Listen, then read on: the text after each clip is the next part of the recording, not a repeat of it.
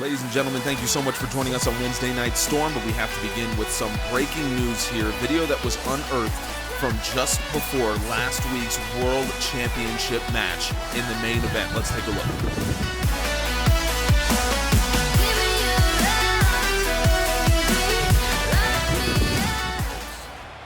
Well, I would say I don't know exactly what to think, but I think I do know exactly what to think. It seems that Jay White and Drew McIntyre have officially teamed up, and Jay White has his sights set on Samoa Joe's World Championship.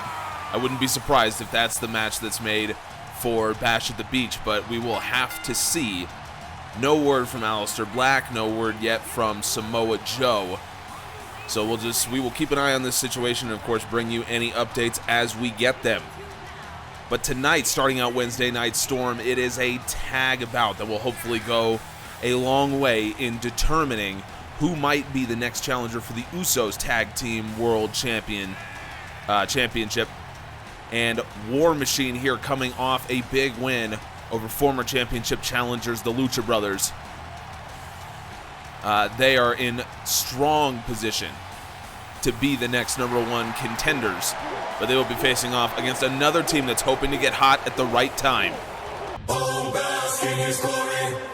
And that team is the Limitless Legion, who crashed out of the tag team title tournament a little earlier, I think, than they were hoping, but made up for it with a big win over British Strong Style in a bit of a revenge match. You remember that tornado tag match after British Strong Style took a count-out victory in their first matchup. So the Limitless Legion hoping to get on a 2-match win streak themselves and hopefully put their hats in the ring to face the Usos at Bash at the Beach.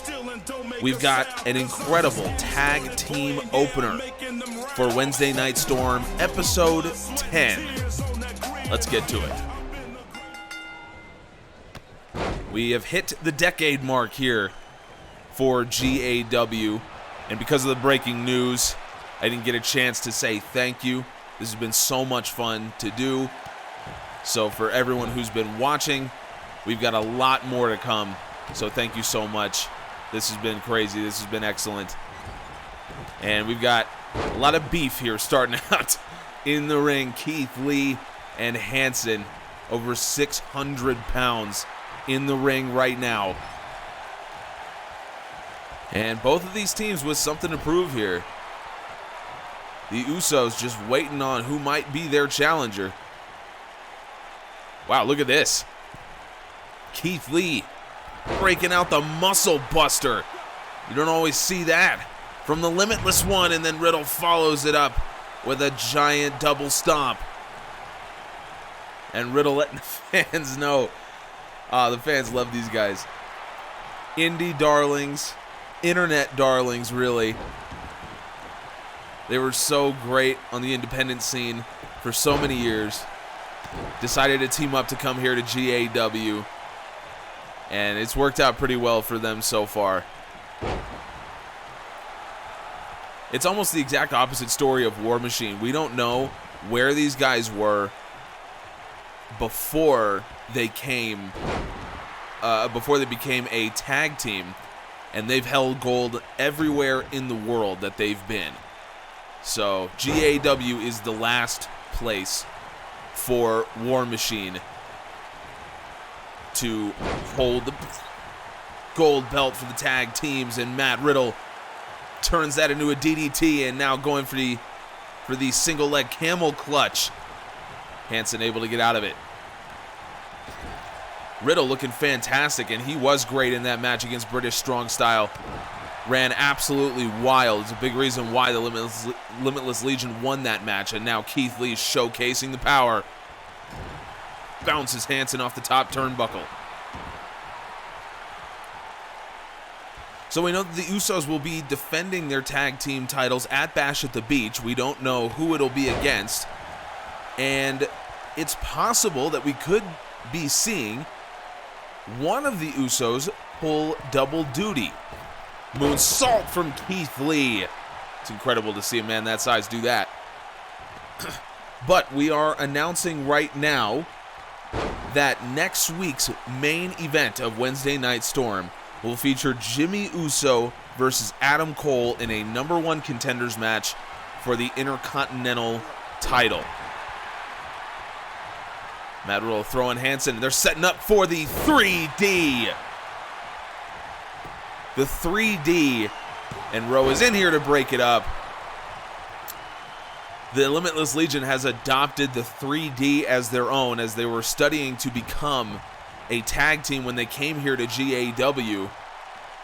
They watched a lot of matches, and one of the teams that they really learned a lot from was the Dudley Boys from back in the day. Matt Riddle misses with that floating bro, but still able to get Hanson in the corner. So they learned a lot from the Dudley Boys in the way they approached matches, and so they really co-opted the 3D as an homage to them. Yet another tag team move set up here from Limitless Legion. It is a double power bomb. Wow, the Limitless Legion has been fantastic in this match. Rowe has not even seen any time yet. It's been all Hanson in the ring, taking all of the punishment. Now finally Hanson looking to bring in his teammate, and he does. Rowe finally gets in the match after Hanson had eaten most of that Viking experience.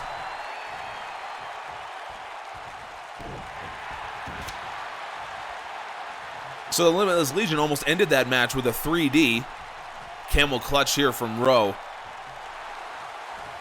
But hopefully that did not detract from our announcement of next week's main event, a #1 contenders match for the Intercontinental Championship. Jimmy Uso could be pulling double duty at Bash at the Beach. We will see, but the Usos claiming that they will run both the tag and singles divisions in GAW, and Jimmy Uso, after his win over Volter last episode, well, he's trying to do just that. Jey Uso was in an absolute war with the Intercontinental Champion Kofi Kingston, came up just short after the Trouble in Paradise, but you can't fault him for that. Some of the great wrestlers in GAW have done the same.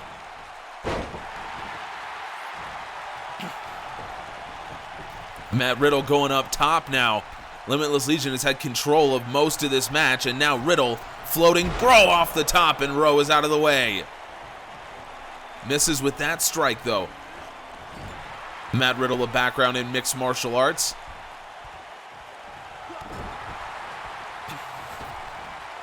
And Keith Lee, of course, a former collegiate football player. Samoan drop from Keith Lee.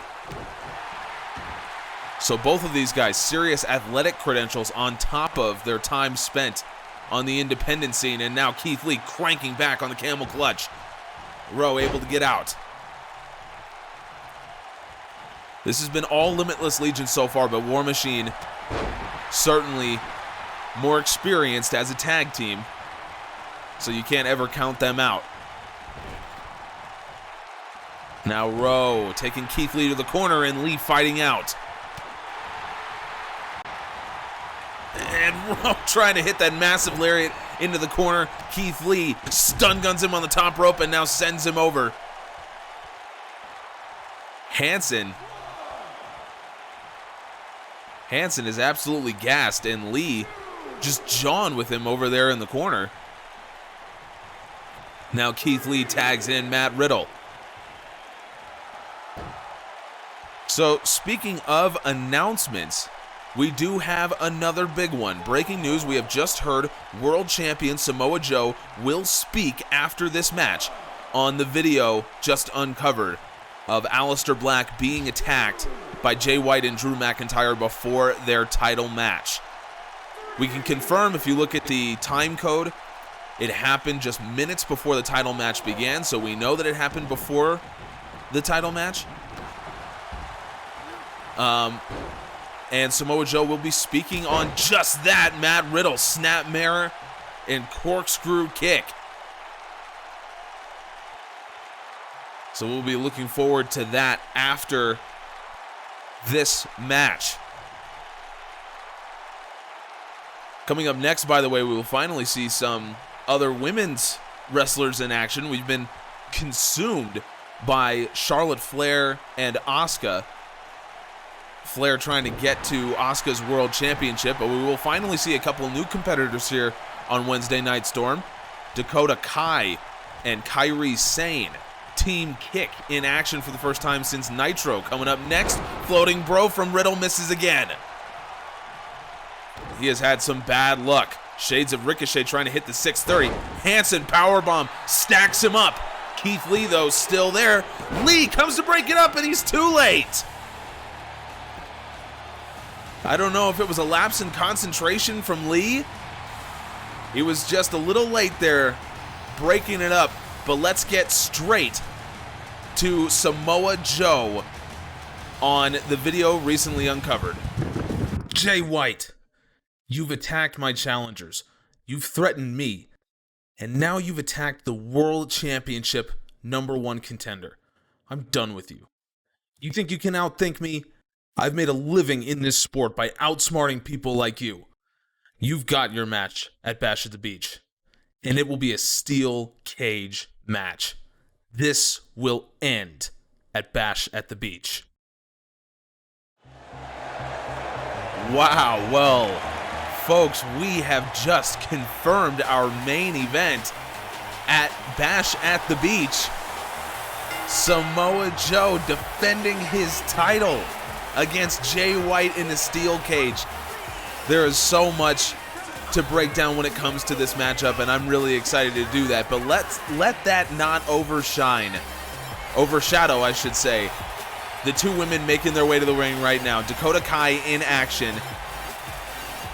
These are the two members of Team Kick. These are two fantastic female wrestlers from overseas. Tegan Knox hailing from Wales, Dakota Kai, I believe, from Australia. They have bounced around the independent scene, and they've earned the nickname Team Kick because of their background in mixed martial arts, as well as just their kick-based style in the ring. And facing them is the Pirate Princess, Kairi Sane. Sane also is well-traveled across the globe. Her countrywoman, of course, Asuka, is the GAW Women's World Champion right now, and she's really dominated conversation in the women's division because of everything that's been going on with her and Charlotte Flair.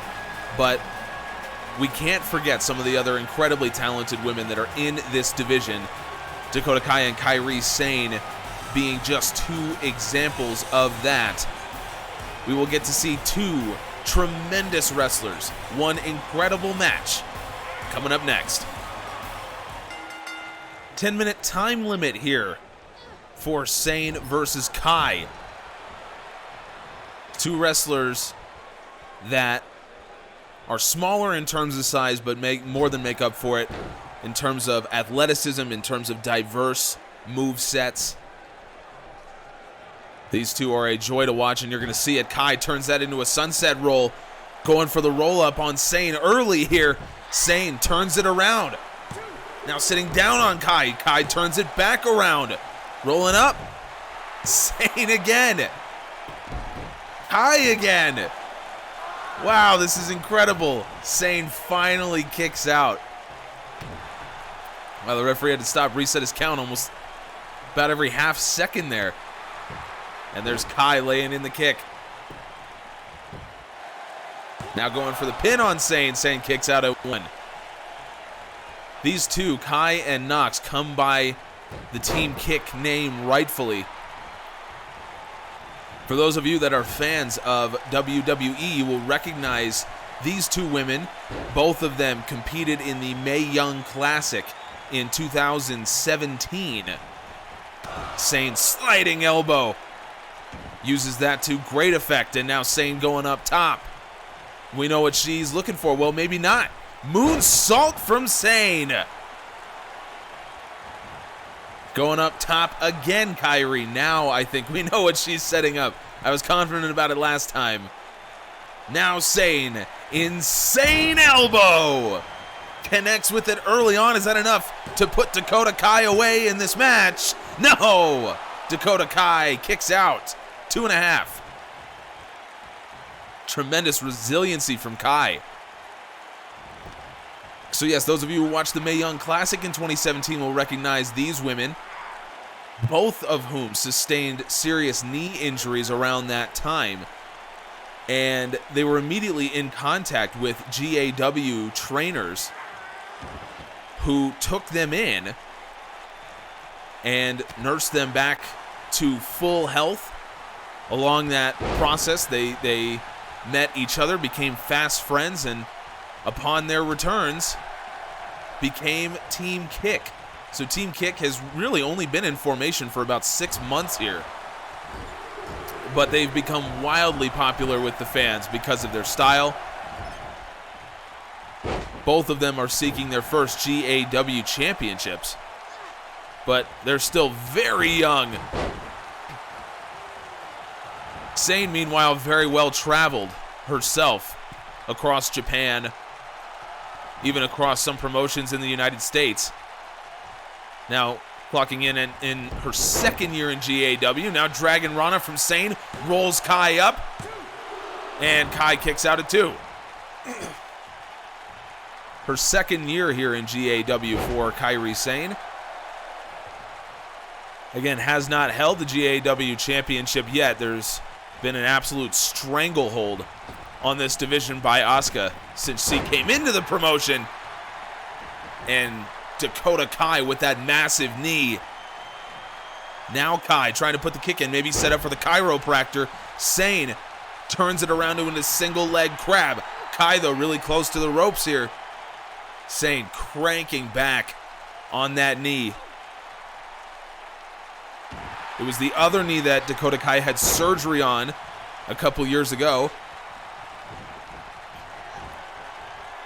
Wow, Sane, terrific movement. Goes for the overhead German with the release, and Kai gets out of it.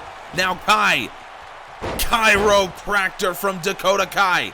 Tegan Knox loving it. The fans love it too. Kai goes for the pin on Kairi Sane. 2, 3. Dakota Kai wins. Team Kick with their first match since Nitro. They pick up a win on the back of Dakota Kai. And that is no mean feat to beat someone like Kairi Sane. Again, has spent so much time in the wrestling business across the world. She's seen it all. Kai kicks out of the insane elbow and then finishes Kairi Sane off with a chiropractor. Fantastic win for Team Kick going forward. Kai and Knox looking to build some momentum, but in our main event, we have the women's champion in action. We heard it last week. Charlotte Flair will take her on, and that's our main event coming up next. Well, we know from earlier in the episode that Samoa Joe has an opponent for Bash at the Beach, as he will meet Jay White in a steel cage. Is this going to be Asuka's opponent at Bash at the Beach? We haven't gotten it confirmed. Title is not on the line in this match, but Charlotte Flair demanded a match with Asuka.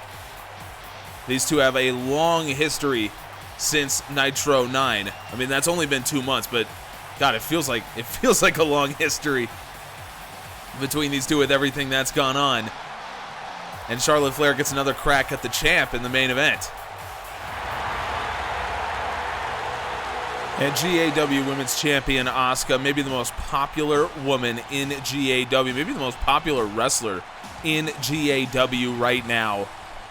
We saw a showcase of what Asuka, what she does, what the championship means to her just 2 episodes ago when she beat Charlotte Flair and Bianca Belair in a handicap match which she volunteered for. She is the definition of a fighting champion, and she has yet to turn down a challenge. Charlotte Flair challenged her last week, and Asuka has accepted for the main event tonight. Again, title not on the line, but Charlotte Flair once again trying to send a message to Asuka. This match is next. 10-minute time limit here in our main event. Asuka tries to start out fast. Charlotte Flair kicks her away.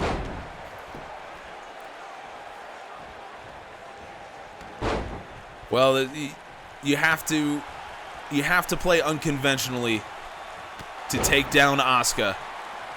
For the past year, she has been nigh unbeatable, no matter what you do. So Charlotte Flair already pinned her once, but of course, that was heavily influenced by the involvement of Bianca Belair, and now Asuka going for one of her patented submissions. So great. Such a terrific submission artist, and that might not even be the strongest part of her game. Hip attack into the corner. Asuka, such a dynamic competitor. Empress, hip attack. Asuka going for the pin. 1, 2. Flair kicks out at 2. Little early in the match for that, but I think Asuka knew that. Now going on top, just another thing that she can do. Elbow drop. She can really do everything, and now Asuka looking to end things early, and Flair gets out of the way of what I think was going to be the Empress combination. Flair cranks it back on the single leg camel clutch, but Asuka out of it easily. Now Asuka backslide driver. Wow, the frenetic pace here from the women's champ. Now trying to put away the challenger. So I do wonder if this is the match that's going to be made for Bash at the Beach. We know who the men's world champion will face. Is this who the women's world champion will face? Asuka, Empress, hip attack again. Dragging Flair into the middle of the ring, going for the pin. Asuka trying to put away the queen. 2, Flair kicks out. This has been a heated rivalry. I would fully expect it to culminate at Bash at the Beach, but we will see. Asuka now looking for the Asuka lock, and Flair wisely gets her elbows up, tries to go for the chop block. Asuka saw her. Wow, Asuka blocks that strike, lays in the kick. This is an absolute domination from the women's champ.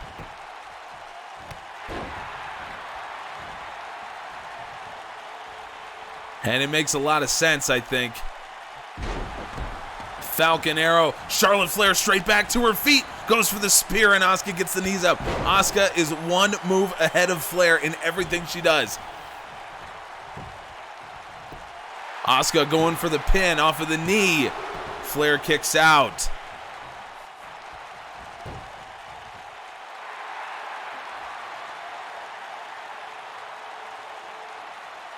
Asuka looking for this rest hold here, just trying to drive the air out of Charlotte Flair. The champ has been all over her #1 challenger here. Asuka, though, turns that strike away. Goes for the chop herself, maybe trying to set up a figure 8. Oh, God. Where's she going? Flair is outside. Flair has the bat. We've seen this before. Referee, stop this! No! Flair is taking it to Asuka. She is attacking Asuka. Now she's got the ref. Flair is going to town on the women's champion. Charlotte Flair sending another message to Asuka. This is not the first time that we've seen this. I can't believe Charlotte Flair has gotten herself intentionally disqualified again. What does this mean going forward? You'll have to join us next week, next episode, to find out. So subscribe to see that. Thank you so much.